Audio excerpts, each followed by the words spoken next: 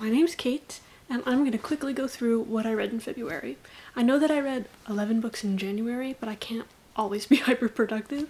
Overall, I feel pretty satisfied with what I read, so let's just get right into it. My personal reading goal this year is to reread at least one book per month. I think rereading books is a really important and useful practice, but I'm never doing it because I'm too excited to read the new release or things that I've been wanting to read forever, so I have to make it an active goal, otherwise I'll just never do it. I was in the mood to reread a Steinbeck novel this month. He's one of my favorite writers. I think I've read like 6 of his books, so I decided to read Of Mice and Men. Steinbeck is deeply connected to Northern California, particularly the Salinas Valley and Monterey. The way he writes about these places is better than any other author writes about any other place, in my personal opinion, and it's his description of nature that really motivated me to reread this book. I love the way he writes about nature. Water snakes slithering through the tall grasses and the reeds in the river, and the sound the wind makes going through the trees, and the sun and the sky and the birds. It's all really detail oriented, but the whole thing is greater than the sum of its parts. It's very lush and evocative and very beautiful. And now that I live in a city, I really miss the sights and sounds of a more rural lifestyle. I miss certain kinds of birds and certain colors that I just don't see anymore. And reading this really brought me back, and that was an enjoyable experience. The story itself is a classic. I mean, everybody reads it in school. For that reason, it reads a bit like an ancient proverb or a fable. It feels really timeless, and for me it feels almost astonishing that it came from somebody's mind and didn't appear fully formed like a meteorite crashing to Earth. During this reread, and I've reread this a handful of times now, I find myself interpreting the ending a little differently.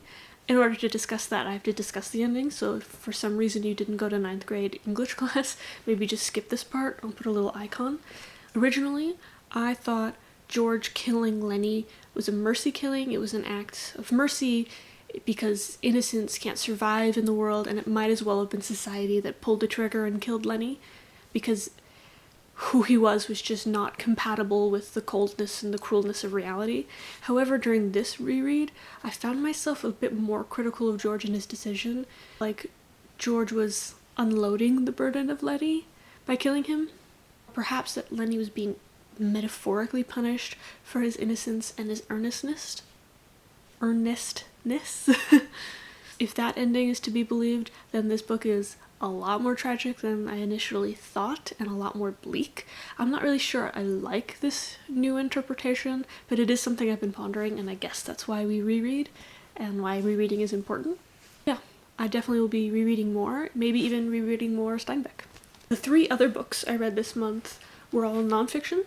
I'm going to start with King: A Life by Jonathan Eig. I think that's how you pronounce his last name. This is a recent biography.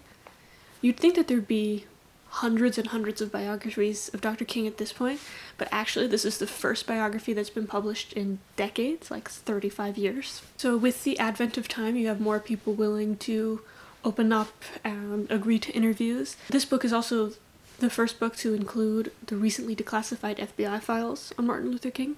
We all knew that the FBI was bugging his home, his hotel rooms, his phone line, the phone line of anyone he was even slightly connected to, and to be able to read the transcripts of those recordings is eye-opening, and I felt like it was a little invasive, but for the purpose of reconstructing history, it was really, really interesting. The goal of this biography wasn't just to cover these recently declassified documents. In the introduction of this book, the author claims that as a society, we've defanged Martin Luther King, and I agree with that claim. He's been smoothed over in history class for decades.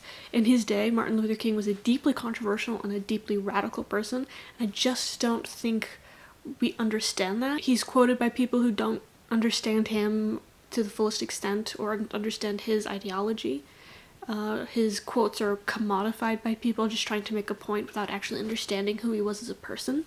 The goal of the book really is to paint a portrait of the man, not just the myth, but who he was personally and intimately.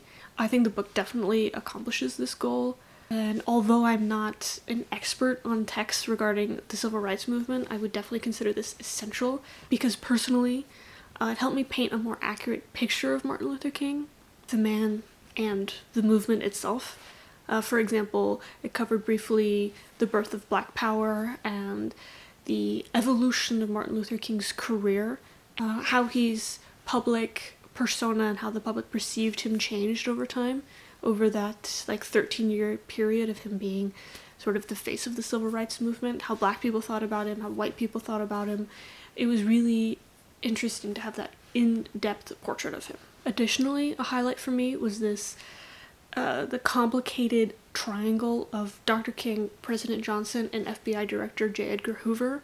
I mean, I already knew that J. Edgar Hoover was a psychopath, but parts of this book were really confirmed that for me, and it was really eye-opening to read about him. And I think next I want to try and read J. Edgar Hoover biography because I'm sure that is bananas. Overall, I would recommend this book for fans of history, fans of in-depth character portraits, and even fans of like political thrillers. Oftentimes it did have this thrilling, really intense feel to it, as well as having its quiet moments. So yeah, I really liked it, and I'm glad I got to it. And I'm glad I got to it during Black History Month. Then I read 2 books about music, a biography and an autobiography. I'll start with the autobiography. I read Testimony by singer-songwriter and member of the band, Robbie Robertson. I'm not like a huge fan of Robbie Robertson and the band, but I am always interested in anyone even tangentially related to Bob Dylan. If you met Bob Dylan once, I'll read your book. And that's generally my rule of thumb. In terms of Bob Dylan information, I was satisfied with this book. They were really close and they worked together for a long period of time, so I got to really understand their relationship, Bob's image, as well as maybe who he was behind the scenes, if you can say that, and I also got a few fun stories out of it, so that was nice. Other than that, though, I'm not that impressed with this memoir. Firstly, this is a rock and roll memoir by a man, so it comes with a lot of the usual hallmarks of sexually explicit oversharing and like a general lack of self-awareness. I'm gonna try and express what I mean without being too harsh, but like, for example, when he was 16 years old, he started traveling with the blues band with Ronnie Hawkins all around America, and like, if a 16-year-old female musician tried to do the same thing, I'm not sure she would have lived to tell the tale. And he's constantly just going through the book with these like wild stories of his reckless, impulsive actions where he suffers little to no consequences. He doesn't really comment about the world around him, and it just lacked that self-awareness that I find really key in memoirs. And I know it's weird to call a memoir self-centered because, hey, it's a book about the person. It's a book about the person talking about themselves. However, some people just don't acknowledge the world around them, and I find that just like a little annoying. Generally, I would describe this book as like kind of the ramblings of an old man on a rocking chair on his porch who's kind of constantly talking and only occasionally says something like that interesting, which now that I'm saying that out loud sounds mean, but so much of this book just felt skimmable. Maybe it's because I'm not that interested. I just like, I don't know, a lot of it was kind of mundane for me. To me, it's like obvious that his perspective has either been narrowed or highly edited. Apparently, Levon Helm, another member of the band, also wrote a memoir called, I think it's called This Wheel is on Fire, and it paints a wildly different portrait of the events and of Robertson himself. And that's, I think, something of note when two people can have two wildly different takes on something. However, their feud friendship is like classic rockstar diva behavior, and I'm not sure if any of them can be trusted. However, to say something nice about the book, I really appreciated the way Robbie Robertson discussed his guitar playing and how he learned to play guitar and who inspired him musically.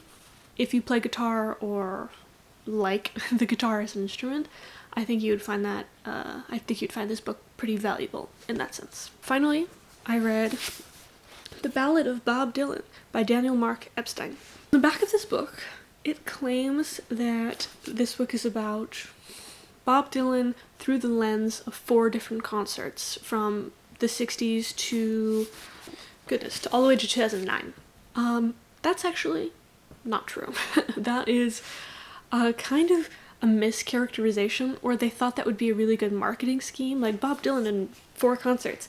But really, each of the 4 sections starts with the concert, it lays the scene, and Bob Dylan steps into the spotlight, and then smash cut, let's go back 15 years and tell you how we got here. So really, it's just a slightly non-linear regular biography. However, it did have some really good insights. It was very well written, actually. I'd be interested in reading more of this guy's work. I even appreciated the author inserting his own relationship with Dylan's music, as at several of the concerts that he covers in this book, he was attending, which I think is interesting when the author just slightly inserts himself into the narrative. And I think he was in the narrative for the perfect amount of time. Additionally, I also appreciated his willingness to cover Bob Dylan after the year 1975. Some people don't care about him after 1975, but I think that his work in the 80s, 90s, and beyond is actually really interesting, and you don't hear about that a lot, so I found this book pretty valuable in educating me in the later decades of his career. I mean, he's still working, but you know what I mean. So overall, useful, generally interesting. I wouldn't consider it essential Bob Dylan reading. It would be B tier Bob Dylan reading. If you've read all the essentials, this is where you can go next. But generally, yeah, I found this nice. Yeah, I even took a few notes on it. So, gosh, so that's it. Really fast. It wasn't an eventful reading month, but I still had a nice time. And thanks for watching and listening to me ramble. Anyway, like and subscribe if you want to. Okay, I'm gonna go now. Okay, bye.